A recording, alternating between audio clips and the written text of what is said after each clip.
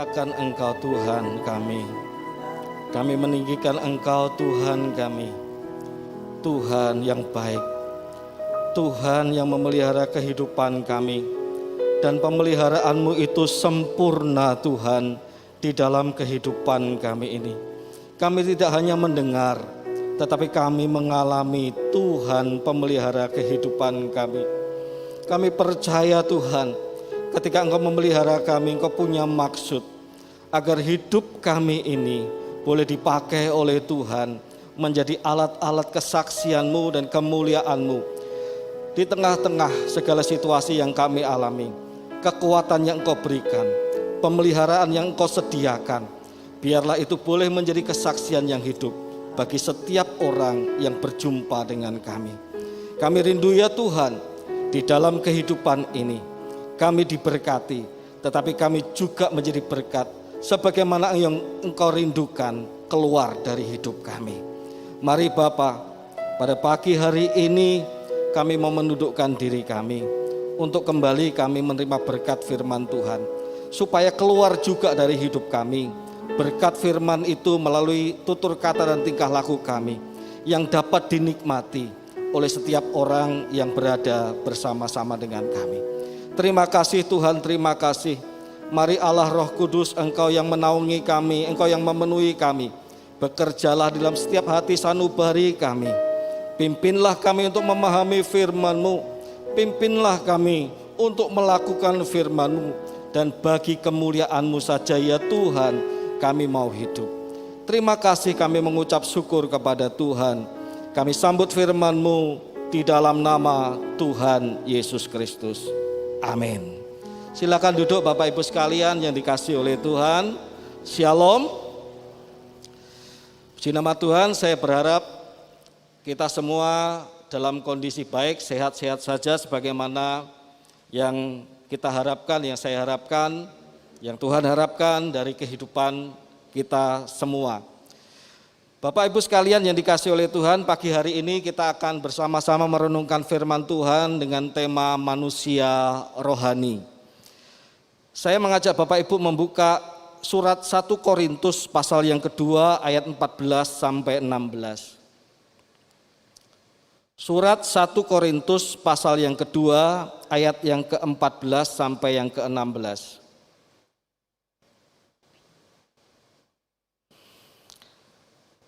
Tetapi manusia duniawi tidak menerima apa yang berasal dari roh Allah, karena hal itu baginya adalah suatu kebodohan, dan ia tidak dapat memahaminya, sebab hal itu hanya dapat dinilai secara rohani. Tetapi manusia rohani menilai segala sesuatu, tetapi ia sendiri tidak dinilai oleh orang lain. Sebab siapakah yang mengetahui pikiran Tuhan sehingga ia dapat menasihati dia? Tetapi kami memiliki pikiran Kristus. Bapak Ibu sekalian yang saya kasih di dalam Tuhan, kita suka dengan kata-kata pertumbuhan. Kita suka dengan namanya pertumbuhan ekonomi, karena itu berarti peluang hidup lebih sejahtera karena ekonomi bertumbuh. Kita juga suka melihat anak-anak kita bertumbuh fisiknya.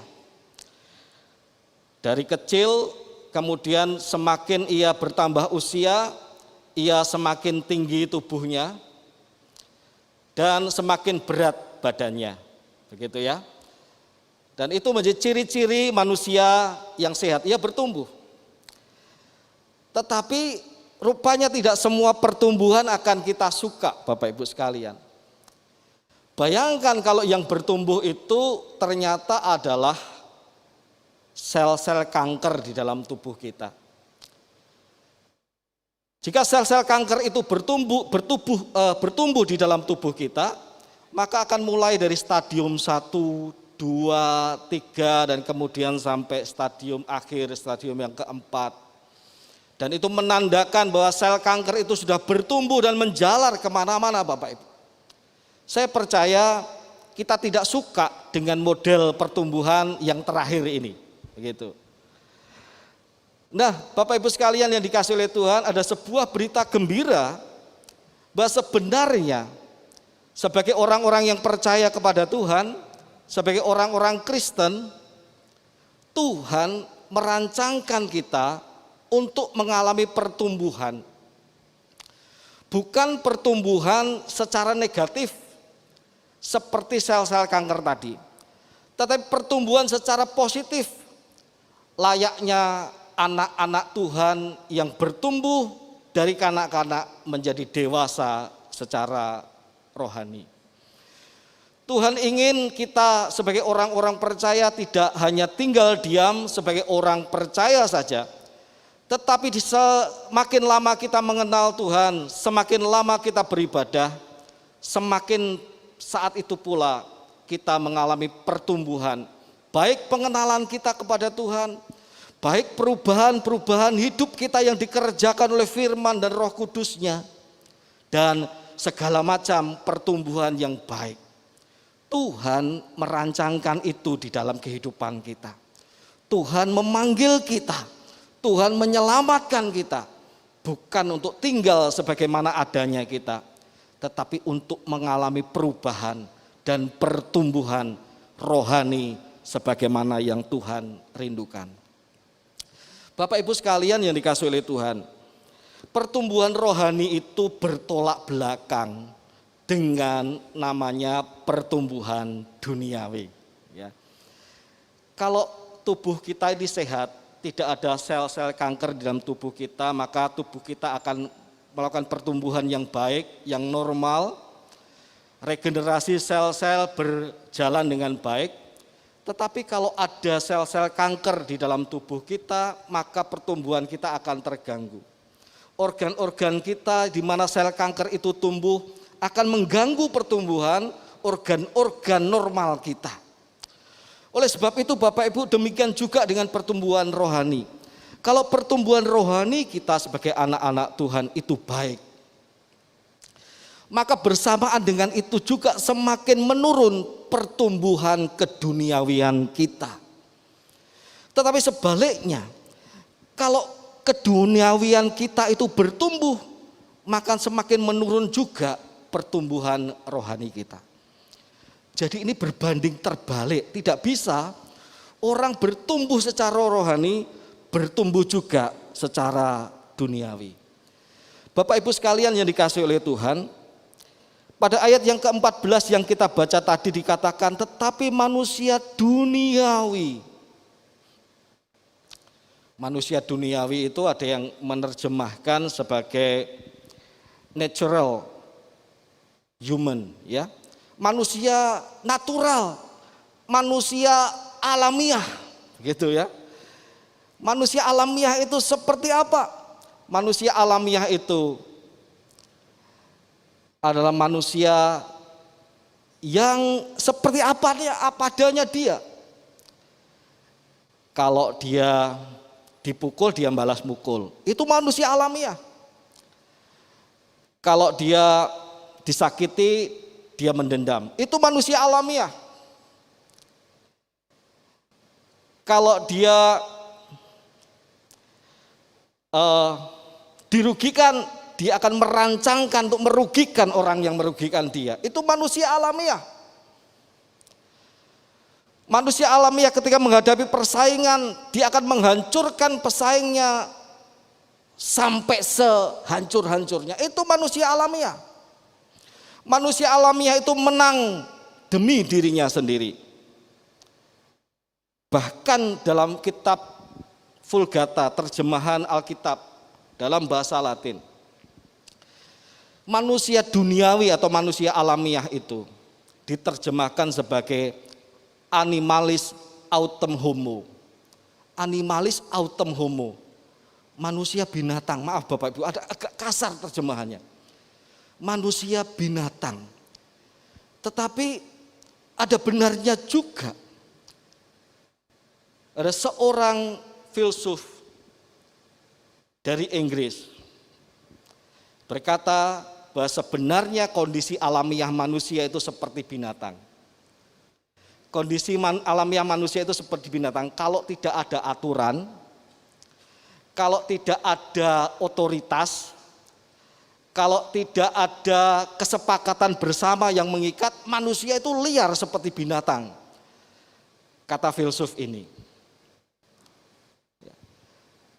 Oleh karena itu dibutuhkan negara untuk mengatur, memberikan aturan supaya semua orang tertib.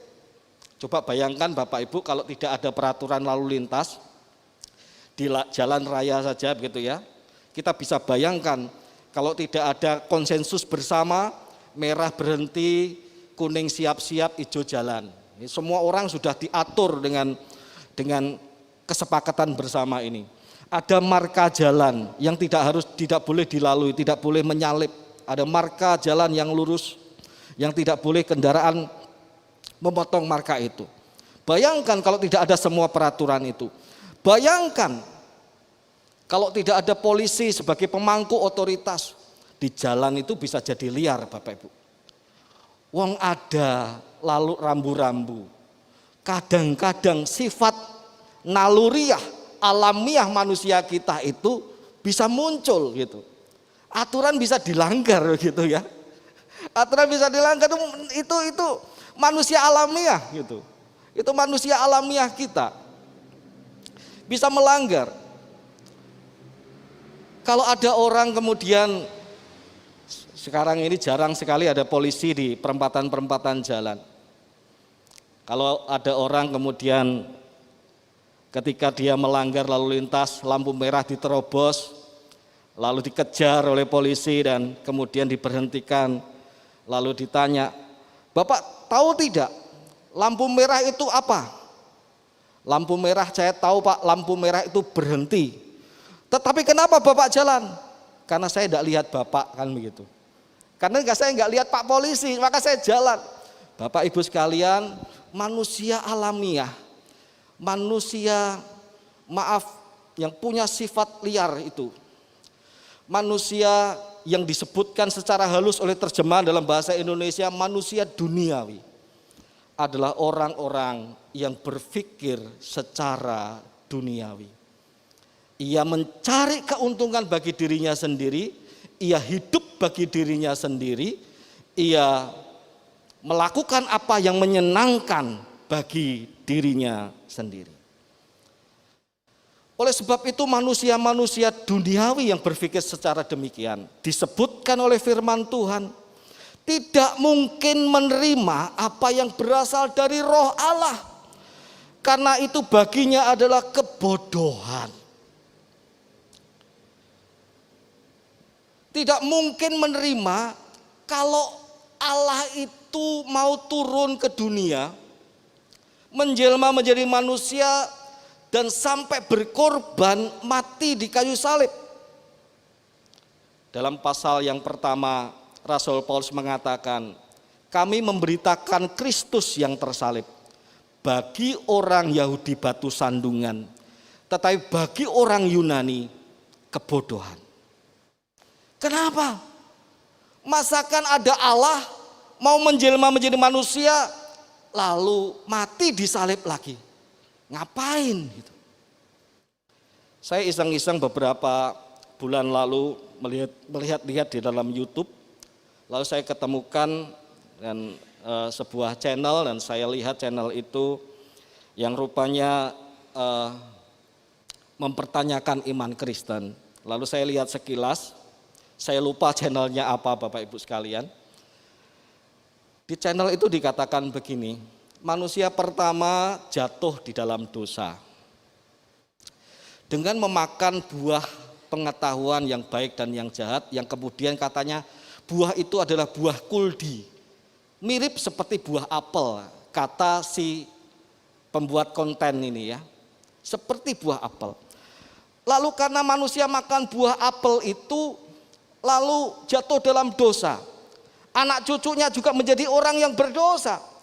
Lalu Allah yang membuat peraturan jangan makan buah apel itu turun ke dunia menjadi manusia dan kemudian mati disalib untuk menebus orang-orang yang telah jatuh di dalam dosa ini.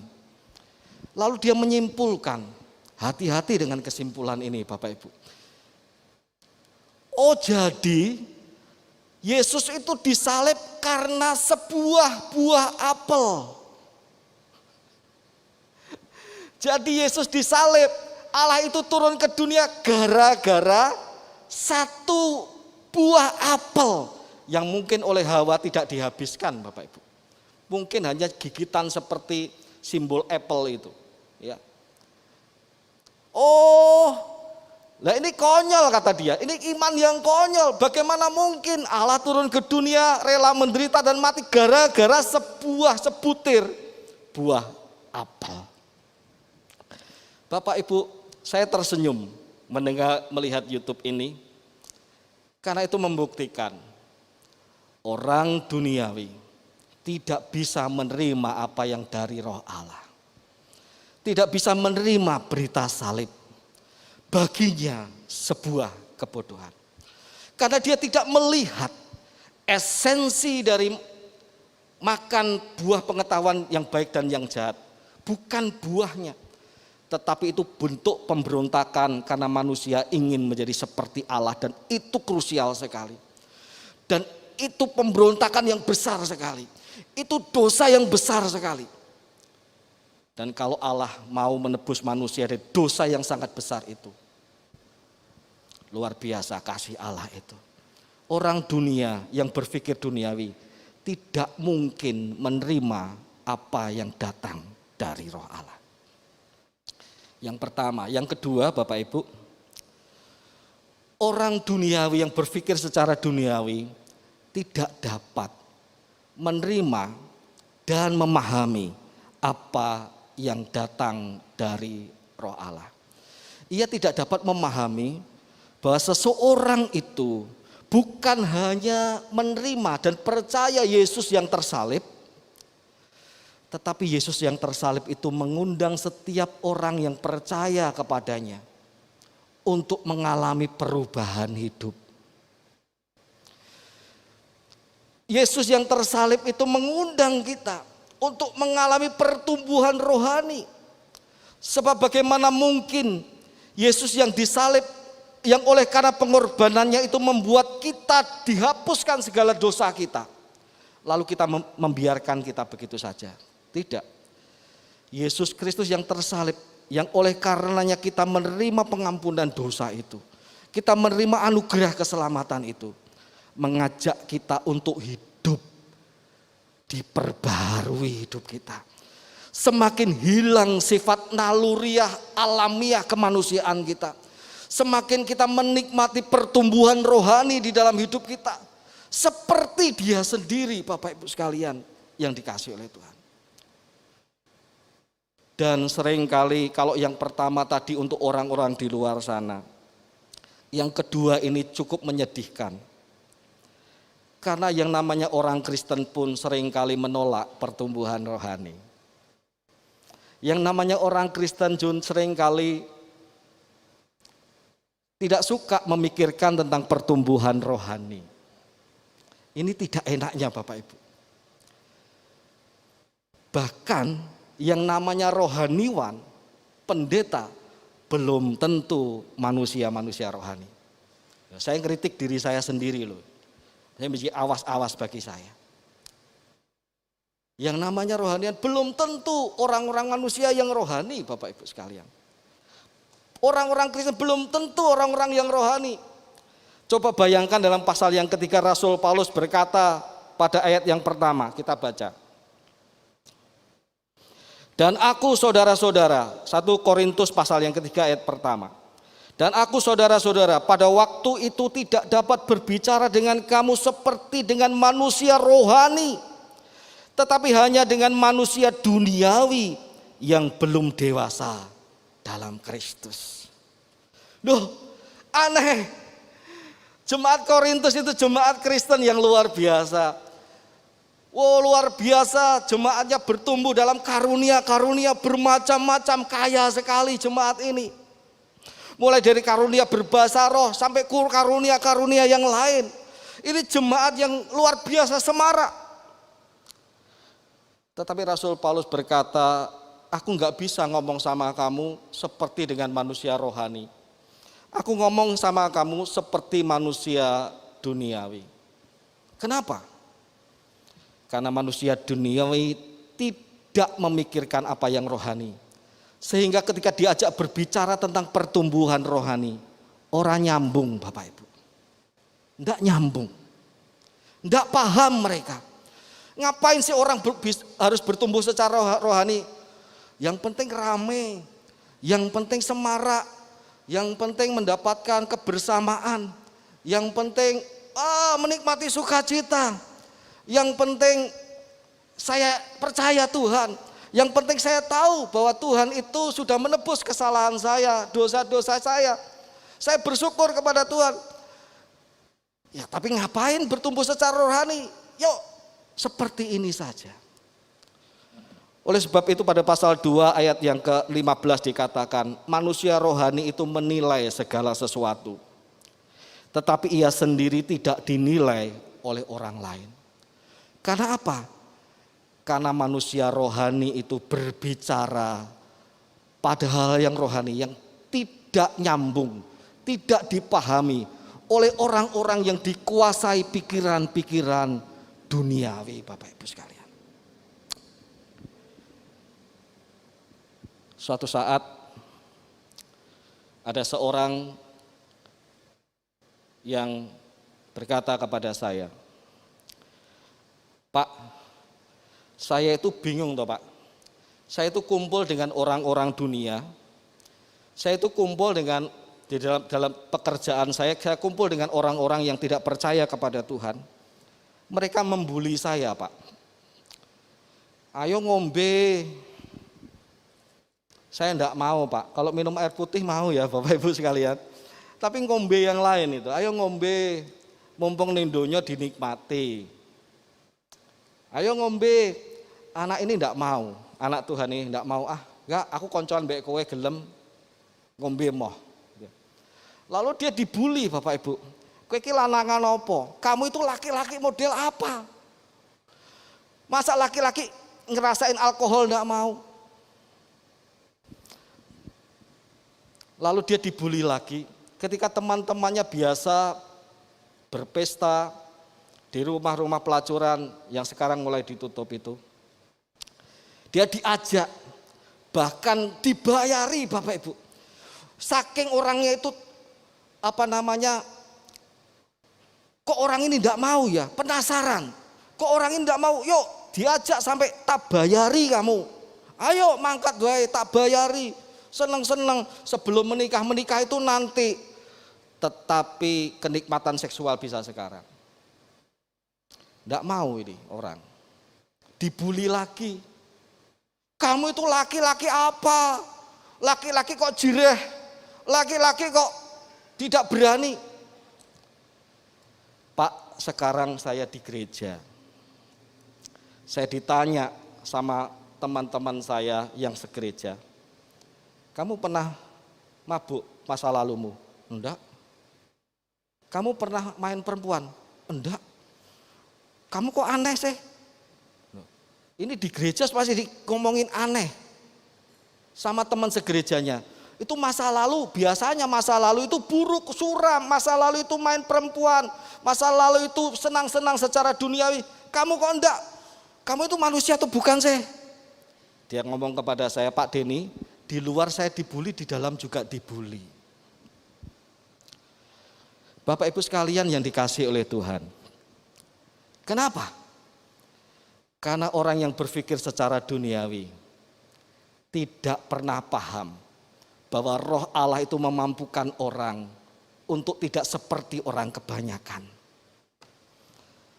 Orang dunia yang berpikir secara duniawi tidak paham kalau firman dan roh Allah itu akan mengubah karakter seseorang yang memampukannya untuk tidak seperti orang lain. Saya mendengar kesaksian orang-orang yang percaya kepada Tuhan dan diubahkan hidupnya oleh Tuhan. Luar biasa. Perancang busana Adi Negoro itu, yang ketika mengenal Tuhan dia bersaksi, saya diubahkan Pak, saya diubahkan jemaat Tuhan. Dulu saya itu kalau ngamuk pengennya ngantem, Dulu kalau saya marah itu pengennya ngelabrak, ngukul. Tetapi begitu saya mengenal Tuhan, saya tidak tahu kekuatan dari mana ini.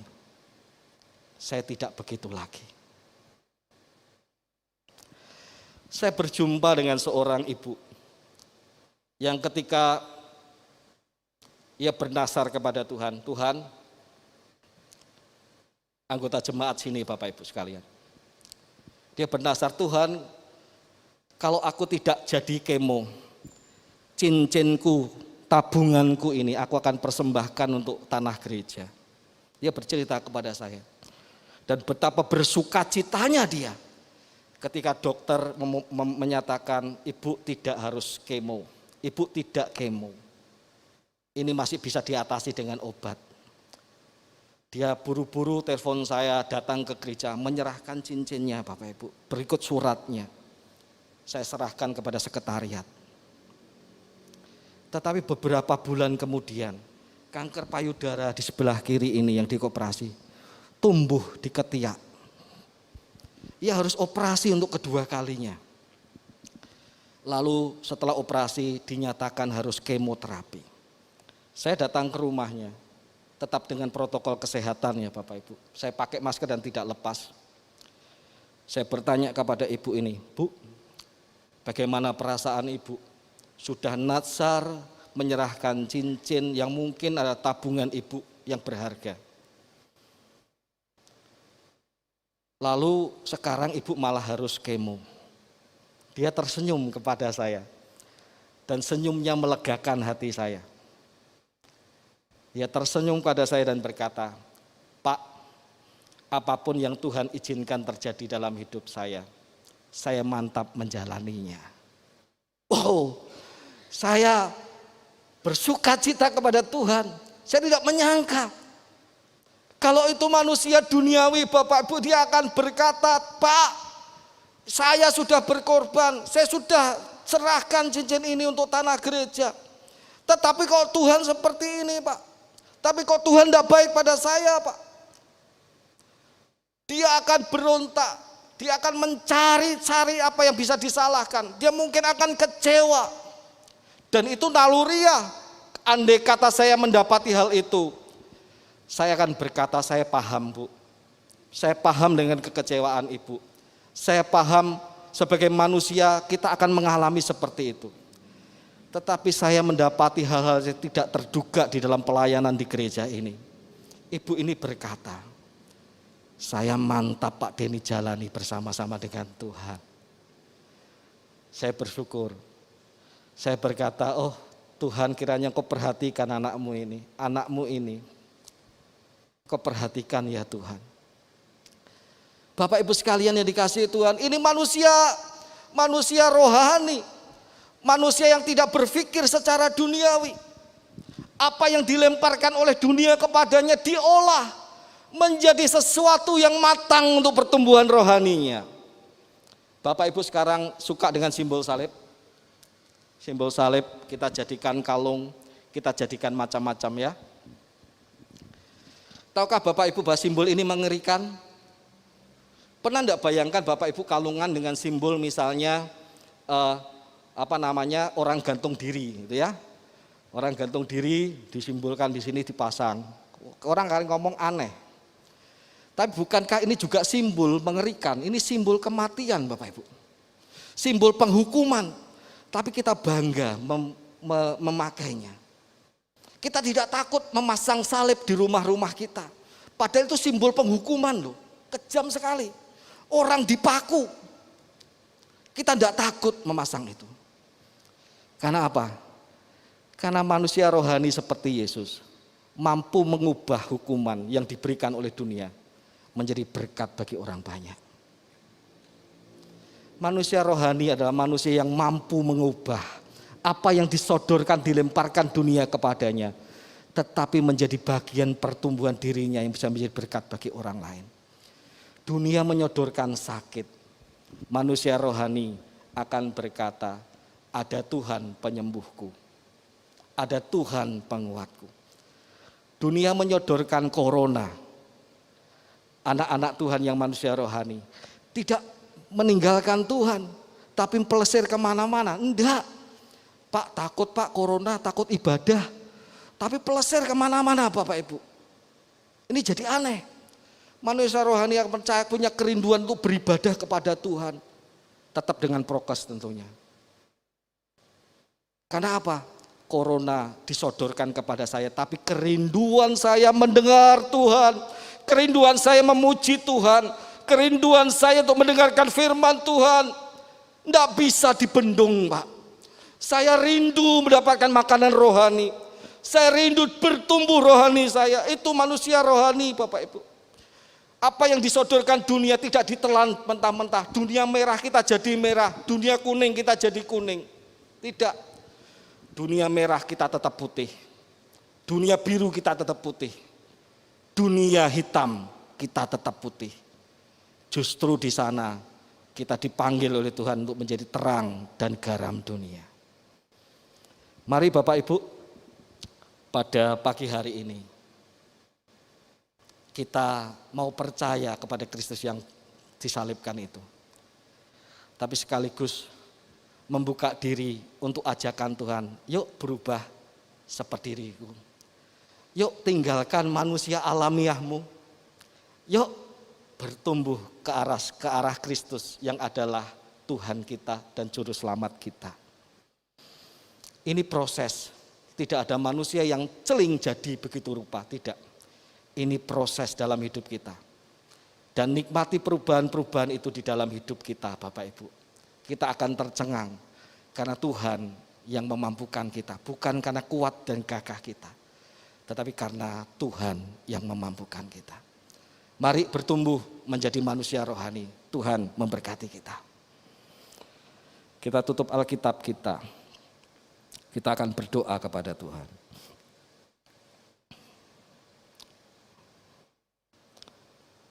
Bapa yang baik, Bapa yang menyelamatkan kami melalui Yesus Kristus Tuhan kami. Bapa juga yang mengundang kami untuk tinggal di dalam Kristus Yesus Juru Selamat kami. Supaya kami menjadi manusia-manusia rohani. Dari kelahiran baru kami terus bertumbuh, semakin bertumbuh. Tuhan, seringkali kami juga gagal. Tetapi biarlah Engkau menguatkan kami untuk terus berjalan mengiring Tuhan. Memperbaharui diri di dalam Tuhan. Kami percaya Roh Kudus akan bekerja di tengah-tengah kami. Melalui firman-Mu yang sangat terbatas, yang disampaikan orang yang juga terbatas ini Tuhan. Biarlah Tuhan menolong kami untuk bertumbuh semakin serupa dengan Kristus Yesus Tuhan kami. Terima kasih Tuhan, ampuni salah dosa kami dan ajak kami untuk terus bersemangat maju di dalam mengiring Tuhan. Kami mengucap syukur kepada Tuhan. Di dalam nama Tuhan Yesus kami berdoa. Amin.